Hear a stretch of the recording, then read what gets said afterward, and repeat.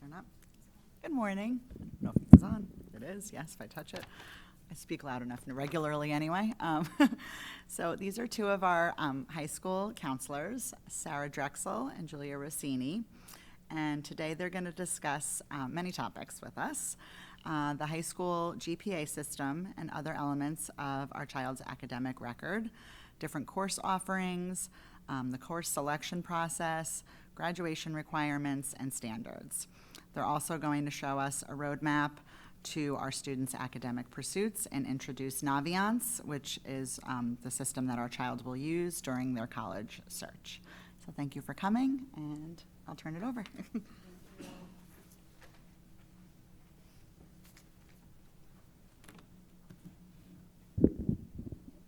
Hello and welcome everyone. I'm Julie Rossini. Nice to see you all today. And you'll also be hearing from Sarah Drexel. And at the end of the presentation, we'll answer any questions that you may have. Okay. So to reiterate, here's what to expect today. We'll discuss the components of a student's GPA, their official academic records, our course offerings and the course selection process, graduation requirements and standards. We're going to go through Naviance with you, which is our platform for students to explore their post-secondary interests, which will include career and interest exploration this year and focus more on the college process as students progress into being upperclassmen. And we'll look at what you can expect moving forward as well.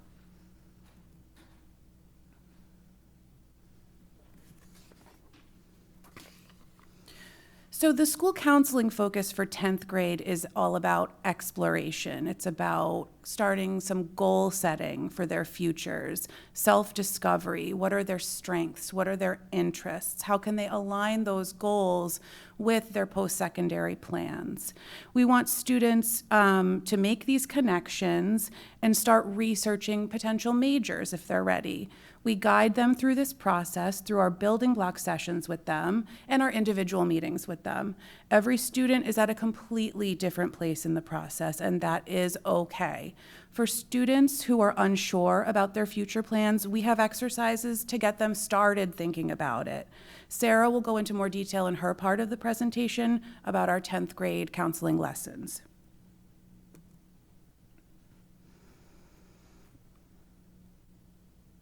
Here's the breakdown of some other parent programs this year. Please check out the recorded presentation from October 10th on our website from Financial Aid Night if you were not able to attend or watch it already. Coming up via Zoom on February 6th, we have information on creating a testing plan for your child, including SATs, ACTs, breaking all that down. There's a lot of information and a lot of questions. So that's another good one to attend. And a sophomore parent meeting again in May as sort of a second parter to our meeting today. It'll have the full panel of all the school counselors at that one. So please just make a note and save the date, if you will. Okay, so this is an academic overview. You can find this in our program of studies on our website as well. It breaks down the credits required for graduation. So as you can see, 4 credits in English, so all 4 years students are required to take English. And it goes on from there. 3 full years of social studies, and then with science and math, again, 3 full years, which allows for some flexibility down the road. If a student is really heavy in science, they might want to focus on their science courses, and they may not want to take something in a different area. So it gives some flexibility as they progress into their senior year. Most of the time, students will continue to take their core academic classes throughout all 4 years. But these are just conversations that we'll have with your children and with you as we go on.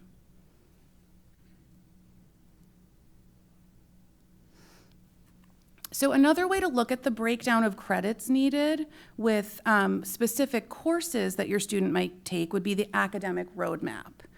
We go over this document with all students as part of their freshman appointment in the fall of their freshman year. We discuss any plans they may have for increasing in rigor in certain areas, finding courses that align with their future goals if they already know what they're interested in, and map out what their choices are going to be each year. It gets them thinking ahead, and it really allows for a thoughtful, informed conversation about their plan for high school. And it's just it's not set in stone either. I just want to make sure that, that's clear. When you get these sent to you or emailed to you, this is just for a thoughtful discussion, and it's not set in stone. Anything can change. We meet with each student every year about course selection and look at what their teachers have recommended for them. So a lot goes into this conversation.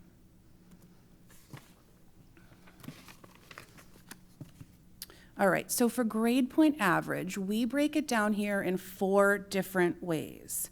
And I'm gonna go to the next slide, which shows an example of how that might look.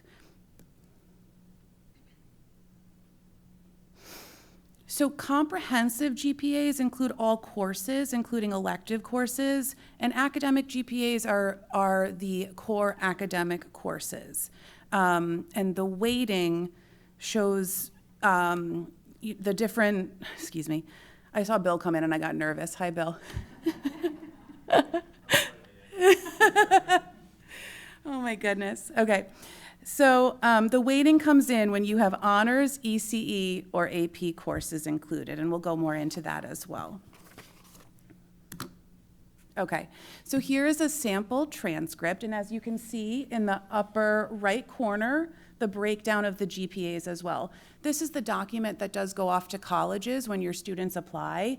You can see each quadrant is a different year. So that top left quadrant of courses is going to be freshman year. It's going to have the semester 1 grades and the semester 2 grades and the credits earned, and each year's GPA broken down. So as they go through, this will be filled in and we'll have more information about their cumulative GPAs.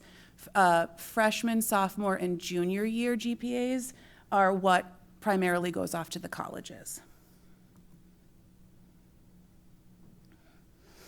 So teachers and counselors have valuable input on which higher level courses to take, but ultimately it's an individual decision.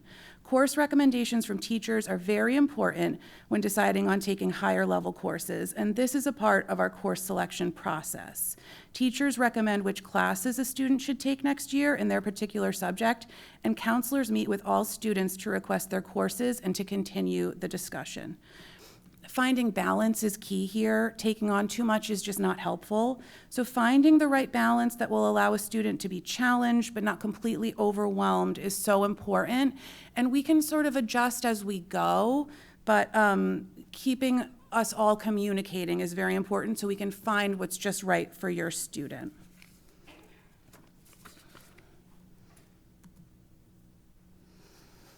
Okay, and before I hand it over to Sarah, just looking ahead, we get a lot of questions about when to start, how to start the post-high school planning process.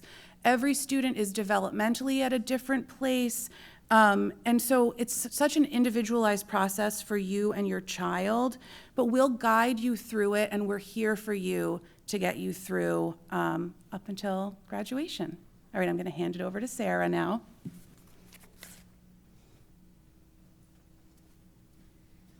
Okay, admittedly, I told Julie right before we got started that I was going to go off script a little bit. I decided on the way here that I get to cover Naviance, and what I really want to do, rather than go through the slides, although we'll go back to them to make sure that I've summarized everything, I really want to show you all Naviance. How many people have seen Naviance, used Naviance with their child? Okay, good. Then I think this will be helpful. Just to start, and I know we spoke a little bit about this at the beginning, so Naviance is the leading college and career and life readiness platform. We spent last year as a department really exploring, so 10 years ago, Naviance was the platform. Since then, there are more college and career websites available and programs that we can use to work with students. We explored many of the competitors last year and ultimately decided that Naviance was really best for our students and our families and how we work together collaboratively. So we're sticking with Naviance. We actually have a meeting with a Naviance member right after this to see how we can sort of expand how we use Naviance so that it really fits the needs of your students. Ninth grade, we spend time really focusing using Naviance, understanding students and how they learn best, and so it's about them as learners. 10th grade, we focus on strengths, interests. We explore careers, and ultimately that leads to potential college majors. 11th grade is really when we look at the college search and finding a good fit. And then 12th grade, we use Naviance for the application process. It's how we submit transcripts and how teachers upload letters of recommendation and how students let us know where they're applying. So I'm going to take you over to Naviance now. Okay, so students have access to Naviance through their class link. It's a single sign-on. Parents at this time do not have their own login or access. It's something that as a department we do discuss every year to make sure that that makes sense. I think we have found that to have the student in the driver's seat is appropriate. In the past, I think when there's been parent access or other schools that have parent access, I think sometimes the content on there becomes parent content and less about the student. But just know that it is something that we're always looking to explore on how we can make sure that you have, how you can access it with your child. So this is what your student sees when they log in. Something that Naviance has adjusted is they've created a plan for your future path. And students are able to go in, and this is part of our work with them this year in the sophomore program. Our programs will really be run through the building block, which is, it alternates every Wednesday, the different programs. There's academic time, there's time for the broadcast, there's time for community. And then what's been amazing for us from the building block is its opportunities for us to meet with our students. And we see and work with our own students. So in the past, a lot of our programs have been delivered through health. I wouldn't necessarily see my sophomores or my freshmen, my juniors or seniors. Now we really get to. So it's opportunities for us to really get to know students and work with them on some of the more hands-on applications that this website provides. So students are able to pick their path. Right now I have it set for college bachelor's degree. They can click on edit and they can select the path that's right for them. So sometimes it could be an associate's degree, education or trade school, apprenticeship, military, employment, and then also undecided, and then gap or service year. Why this is important is they'll start to get tailored content specific to what their future goals are. So that's something that we ask students to work through. And decide. They can also pick a secondary. So if they are thinking that they want a 4-year college, they can put that in. They may also want to be kept in the loop about gap year programs. They can pick that as a secondary path. We spend a lot of time in 9th and 10th grade in the self-discovery section. So this year, or I'll show you last year what we did, learning and productivity. I like to highlight this as a tool for families because freshmen completed this last year. Your freshman has a report from this. It's like a 20-page summary report on how they may learn best. It's helpful grades closed this morning, or the quarter ended, grades are posted now about an hour ago. So it's a good opportunity to sort of have conversations at home. What's working for you? What's not working for you? And just know that you have this tool available. It's also good to revisit this with students as they prepare for their midterm examinations. So this is all about understanding how they study best. So sometimes we'll kind of get student buy-in because it may say you study best in small groups. So if your student wants to go to the library with their friends, that actually may be a benefit to them. Or conversely, you may find that they study best when we're focusing more on their own individual work ahead. So this was an assessment that they took last year. This year they do the Career Interest Profiler. This is my absolutely favorite one that they do. It's all based by the Holland Code. Dr. Holland created this. You may have heard of it before. It helps you find careers by mapping your interests to 6 basic types of personalities. And so really what it helps students do is understand what are their interests so that they're identifying career paths that fit those interests. So if they like being around people and they want to have, a dynamic environment, they're maybe more extroverted, they're going to want to find career paths that align to their interests, and ultimately it leads to greater success in their careers and all of that good stuff. So they'll do this year with us in January. We do this. Now, the other tools available, and why I really wanted to show parents this, is because I would love for students to use this as a resource more. Also under self-discovery, there is an intelligence assessment. So this one helps students uncover intelligence and how to leverage them. So it helps them to understand how to solve problems, how to create things, and it just helps them understand what their strengths are. And also the report that they get gives them language on how to speak to their strengths, how to speak to areas for continued growth.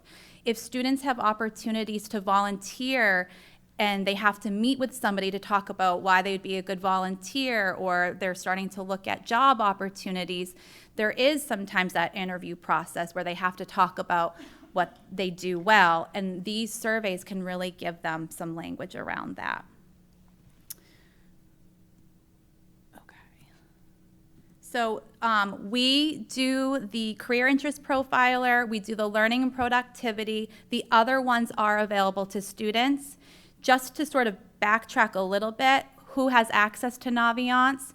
Your student. If your student shares their account information or shows you, then you have access to the information that's there. And then the school counselor does have access. So I can see the results from the surveys. That's the only people that have access, though. I think sometimes because we do use this, there's a side to Naviance called eDocs where we upload things like the transcript that Mrs. Rossini spoke to, eventually down the line, teacher letters of recommendation. We do use it as part of the application process. That doesn't mean that colleges have access to this information, though. So just know that. And then we spend a lot of time with students on the careers tab. So this year, when they do that career interest profiler, not only will it give them their personality type, it will then share a list of potential careers for them, and then we guide them to dig deeper. So, okay, that's you have sort of that end goal. What are potential college majors for you based on that end goal? Taking it a step back even more, we do this before course selection. What are some academic courses that we have here that will help you to get to that next point, whether it's AP Computer Science Principles, or we have a lot of people who are interested in finance, AP Microeconomics or Macroeconomics. So we use it to help them understand that these assessment tools can help them to identify potential elective options. And then I know Mrs. Rossini and I both really enjoy the Road Trip Nation videos, and we were able to show these to students last year. This is a membership that we have through Naviance, and basically it's over 12,000 videos, and they're short. It's all geared to 14, 15, 16-year-olds about different career paths, and it spends time sort of job shadow and showing students the different opportunities that are out there. The people who are interviewed through Road Trip Nation are often asked, what are some classes that you took in high school, or what's been like, what has your journey and your path been? And again, they're short, so you can access that through Naviance, and that's something we will explore with them as well. And I'll save colleges. Really quick, this is an underutilized resource. So how can parents be helpful sophomore year? As we've talked about, This is the year of exploration. I love sophomore year. They're not freshmen. They've transitioned. They've settled in. Hopefully, they're finding their way. I think junior year gets a bad reputation. Some of it's fair. Some of it, I think, poor junior year. But sophomore year is sort of like a nice time for them to continue to figure out who they are, who do they want to be. And I think where parents can be helpful is helping them to look at what are they involved in. Has that changed? Did they come in and they were playing one sport and they're no longer playing that sport? What does sophomore year look like? And a tool that can be helpful is introducing the resume feature. So it's under About Me. If you scroll down, there's a resume. Now, when we start to have meetings with families junior year, we will talk about, okay, what's your involvement? Think back to freshman year. What was the club that you did? And sometimes that's where I find that students not necessarily forget, they may just not realize, oh, I volunteered for 8 hours that one Saturday. Is that really a big deal? Like, yes, I think so. So put it somewhere. It doesn't have to be that you're using Naviance, although sometimes it's nice because we then see their resume or their list of activities here. It could be that you, as parents, are starting a Google Doc and you're sharing it with your child and eventually sharing it with the school counselor, and you're just tracking their involvement. It's all sort of going to combine to be part of like the bigger picture. So just know that this is a resource. I like it because you can add, it will help students understand how to categorize different parts of their world. So it allows for extracurricular activities, and then it breaks off though, like volunteer services is separate, music and artistic achievements. So our students who are entered into like the Carriage Barn shows or theater productions, award certificates, athletic achievements. So it's a really nice tool to help students understand what a resume is and how they can use it. And then what you can do at the end is eventually you have a list of items, and it just sort of lists them out. You can print and export, and it actually puts it into a really nice, like traditional looking resume. So it's something that they can use for potential job opportunities. Just know that that's a resource for you. It's not something we necessarily do with students. I just wanted to highlight it here for you to explore. And then the famous colleges tab, which I feel like that's what most people are interested in. We talked a lot about the career exploration that we'll do. That is a big part of the sophomore program. We find that they're developmentally ready to sort of embark on that journey before heading into, okay, the real kind of nitty-gritty college process. Something that we added last year to our program before they do an actual college search is we will do a no-name college search with them. I think that's scheduled for April. It's a lot of fun. They're actually tasked with the idea of like, we're not mentioning any specific colleges, but thinking about size, location. Are you okay being a plane ride from home? Or do you want to be within driving proximity?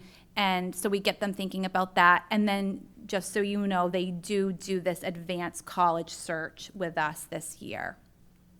And it gets them thinking about their different preferences. What are they looking for in colleges?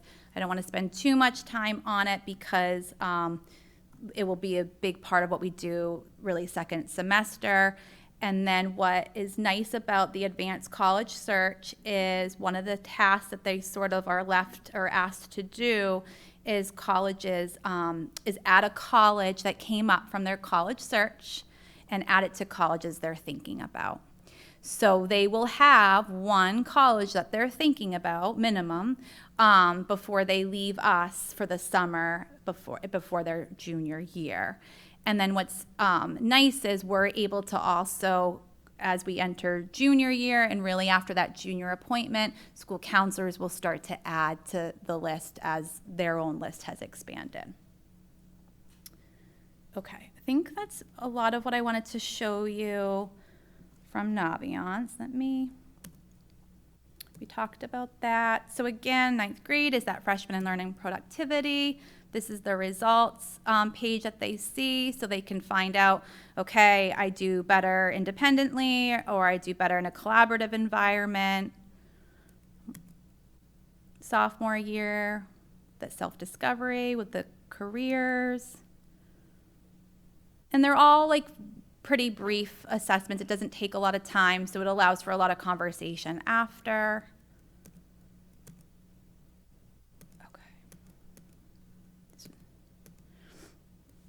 One thing that they do appreciate is once they find the career, they can look at the wages earned by state. That's their favorite. I like the skills and experience section. It kind of shows them where they need to have some strengths, and it also will show them how many years of college they need, or college and beyond, classes that are important for it. Related majors. This is where we have really shifted our program, not just talking about careers. We recognize that a lot of our students are planning four-year colleges after high school, so we do focus a lot of our work on that plan. Okay. So then, just so you know what's coming, junior year. This year we will do that. Like I said, advanced college starts, so they'll have that exposure. We can't stress enough that really they need to be ready. So I would say right now, unless they're talking to you about wanting to go and see colleges and check out some campuses, it's probably not something that you need to bring up yet. We will start our work with them second semester of this year. Right now, it's continued focus on the academics, continuing to grow as students, as learners. Quarter one is done. How did they do? Where do they need to maybe improve? That's really the focus for this first semester. And then second semester, we will start to expose them to life after New Canaan High School and getting ready for that. And then junior year, we really dive in. So in a few weeks, we'll get ready to meet with our current juniors and talk about the post-high school planning process. And then we meet with families. Counselors meet with their own families during an evening program junior year, and then we have individual junior appointments. And then senior year, Naviance is really used for that college application process. So students add colleges that they're applying to Naviance. We oversee a lot of that. I would say that students, for the most part, are all done with the application process by January 1st, we tend to say. There's some deadlines that are after that. For the most of our students, they'll submit an application by October 15th or November 15th, just to give you an idea of senior year. So it's a lot in the early fall or really late summer of senior year working with Naviance and getting some applications submitted.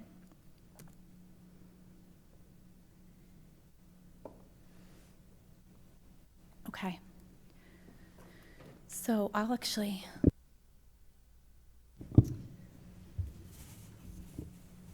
So, and this will be recorded too, just so you know you have access to it that way. But we're happy to take questions, whether it's about the first part, the GPA, the transcript, the academic profile, or if you want to have any Naviance questions. Yes? Do you access their current transcript now so you can see where they are in the process of their GPAs? Is that through PowerSchool?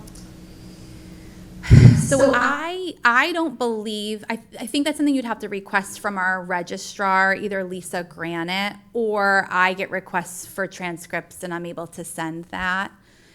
Something that we have sort of asked for, and I don't believe it happened at the end of last year, I'd have to double check.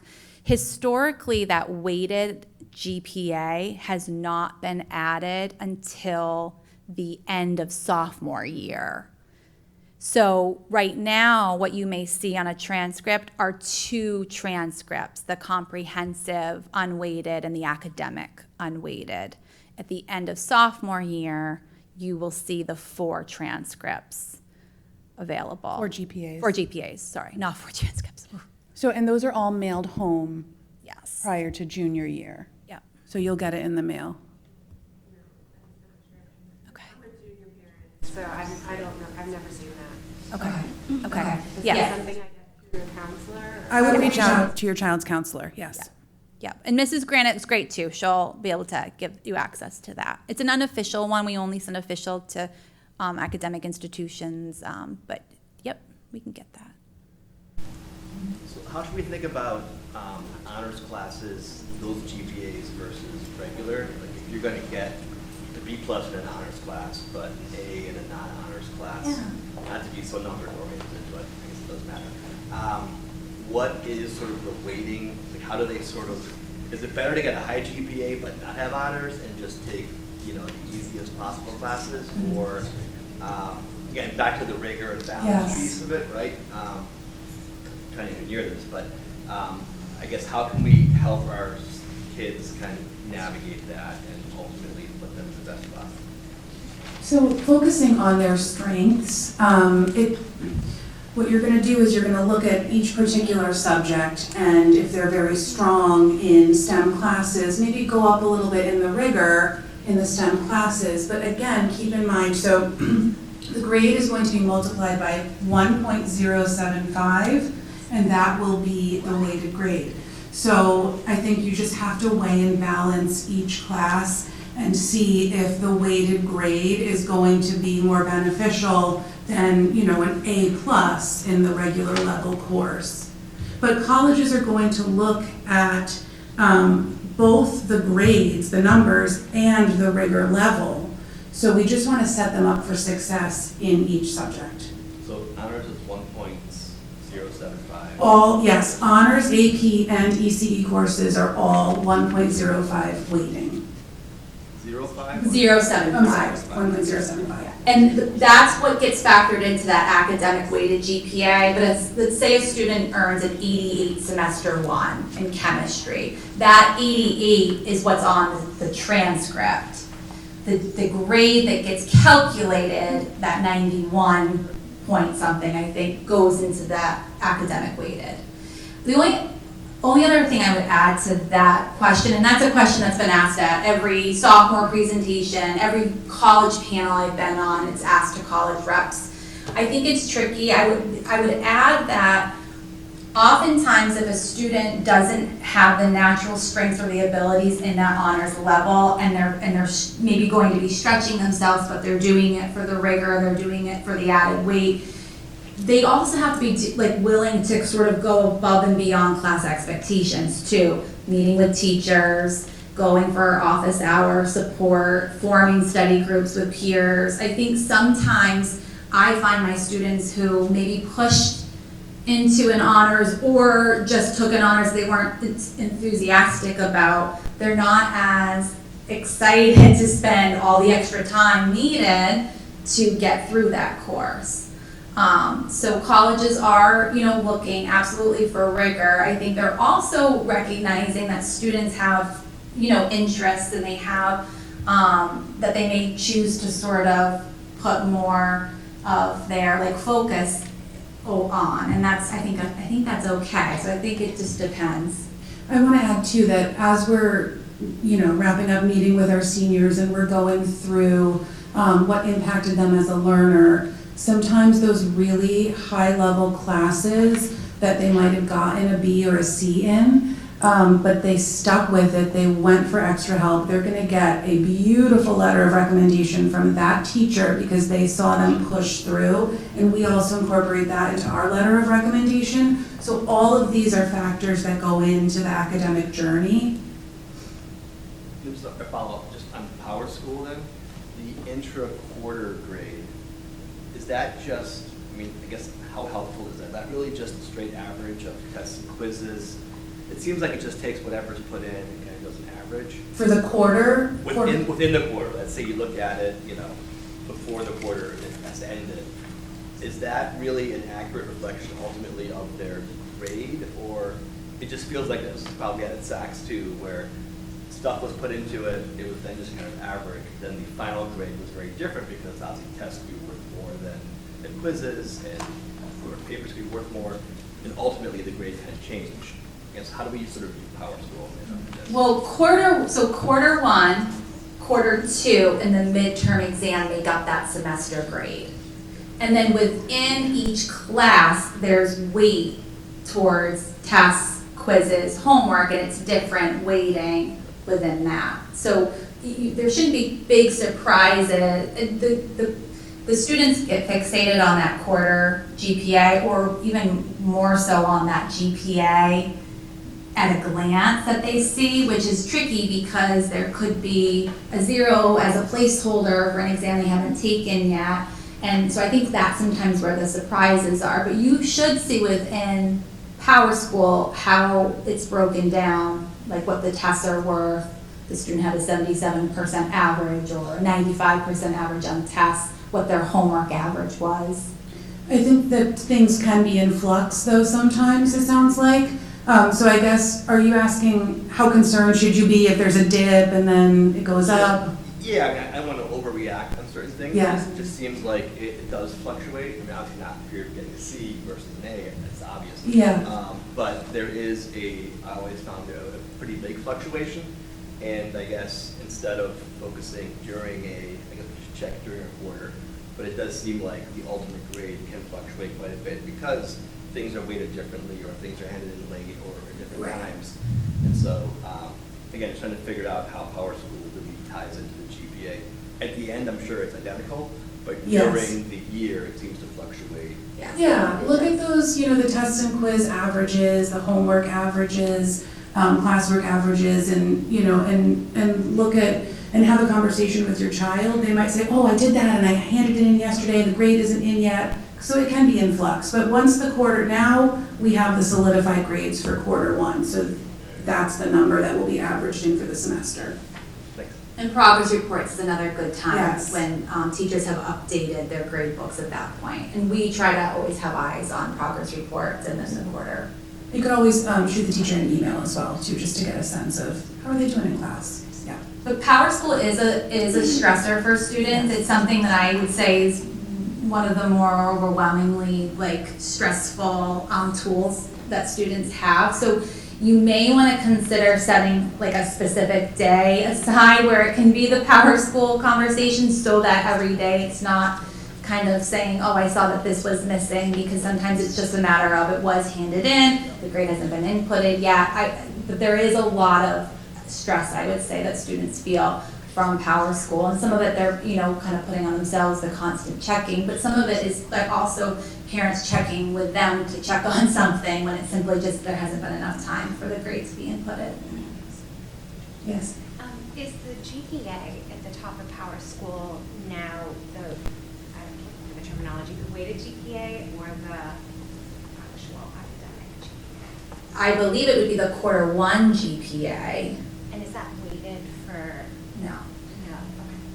And that's sometimes I think where the surprise comes when they first see their transcript, because they've been seeing their quarter one GPAs, or quarter two, quarter three, quarter four.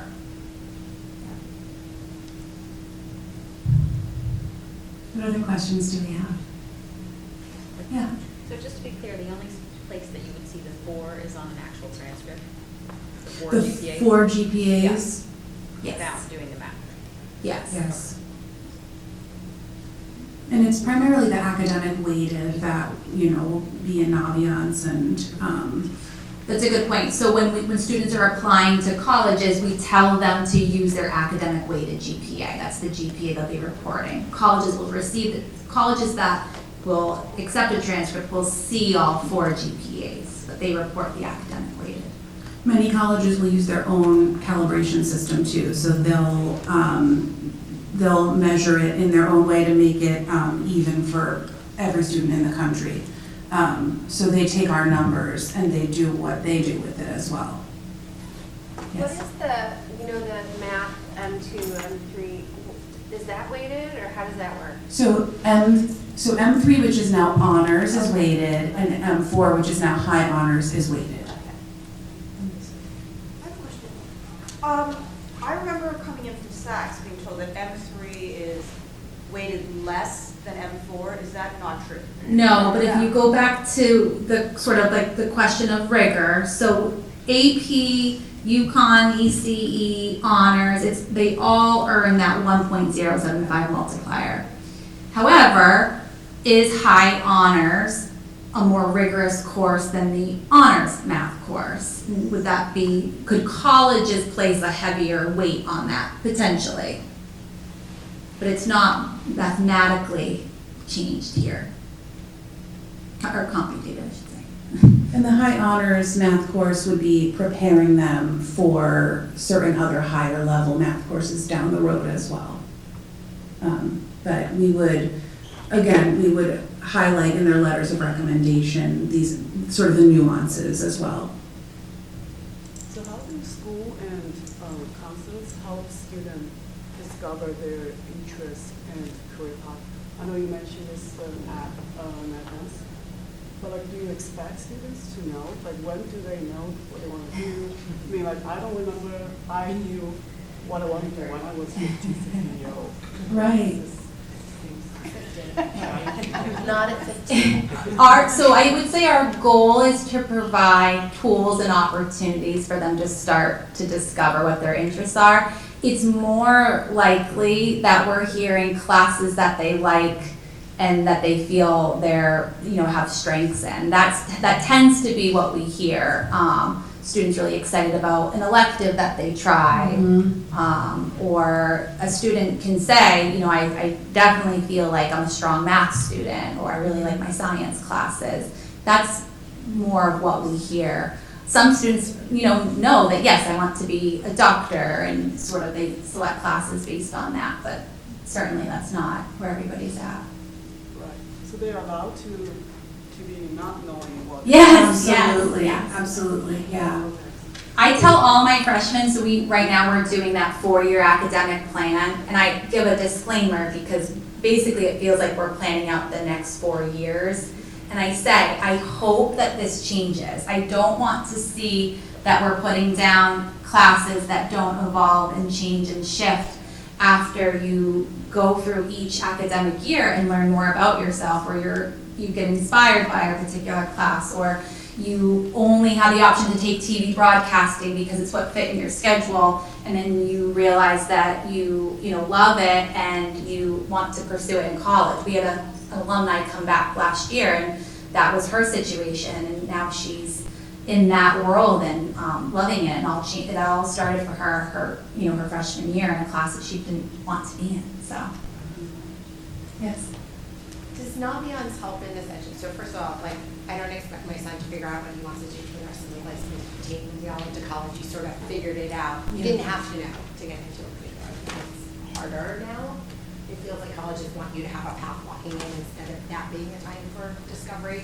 Love to know if that's different. But in the cases, how helpful in the surveys are here you might be leaning towards STEM, but you did AP World History and Model UN, and so here's how you mix things on minor major, because it gets nuanced. Yeah. How does it either help or not in those circumstances to know we're not pigeonholing, especially considering some universities are requiring you to declare the school you're applying to within your university? I think that's where we come in. I think that the surveys are not a perfect system. They're not as nuanced to sort of identify the other kind of factors that go into it. I think that's where we try to kind of step in and help with that. We have the opportunity every year to sit with students during course selection. And I know that last year, we asked for more opportunities to have longer conversations this year with students about course selection so that we can really try to help them identify how to kind of create this path that's right for them. I think also, yes, I think many colleges are asking students to apply to specific schools within the college or within the university, and we really kind of discover that through that junior appointment where we start to know, okay, what are some schools of interest, and we help to guide what they would select under major of interest. And there are some college majors that you do need to know. There are some college majors where it's really helpful if you've had, calculus or physics. So we try to have those conversations. And if a student is excelling in both STEM and the humanities, even better. And a lot of times they'll know which one brings them more joy and energy and that they want to go into, but that's another wonderful thing in the package that goes off to college, that they work hard in all areas. Yes. So are you guys doing this process with all students, like those that have IEPs as well are going through this? Because obviously there could be alternate paths. I just want to understand what the expectations are. Yes, and we are actually expanding out our program this year to make sure that all learners will feel like a part of this process, and that we want to feel like we're really meeting everybody where they're at. Yes. And those are good questions to ask too in the in PPTs or 504 meetings. How is this sort of being differentiated for my child? But we want to incorporate some vocational aspects to it, and just offer more accessibility for all students.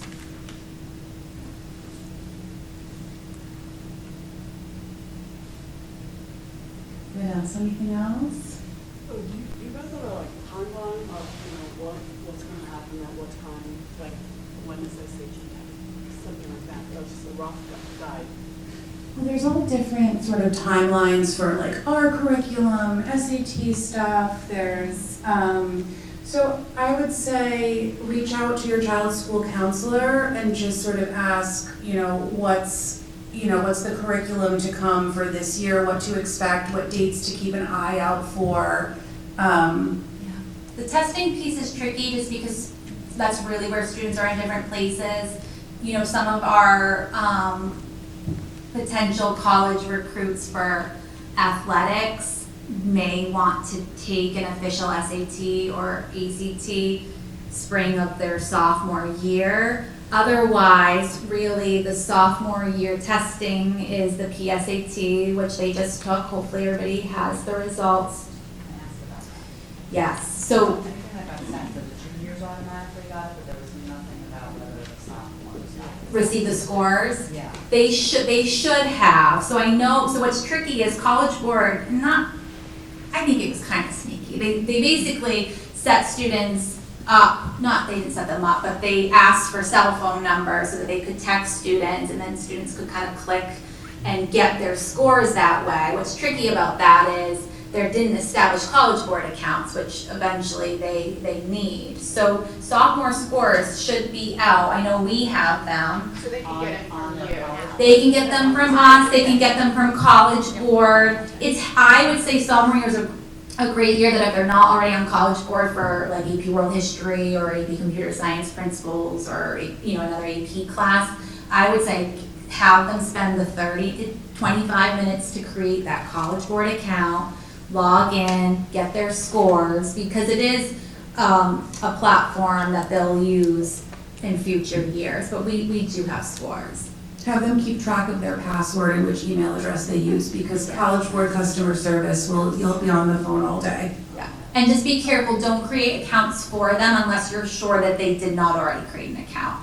Because it's very tricky when a student has 2 accounts going, and it happens a lot, and it's a 30-minute call with College Board customer service on the line, so just know that. But that creating a testing plan in February will map out for all of you when you should be looking to take, not you, your students, would take the first official SAT, or if an ACT is right for your child, they'll go over all of that in February. And it's reviewed, so the junior appointments are with parents and students in the spring of their junior year, and that's all reviewed too and individualized, the testing plan and the college process. And follow us on Instagram if you don't already. All right. Thank you, everyone. Thanks for coming.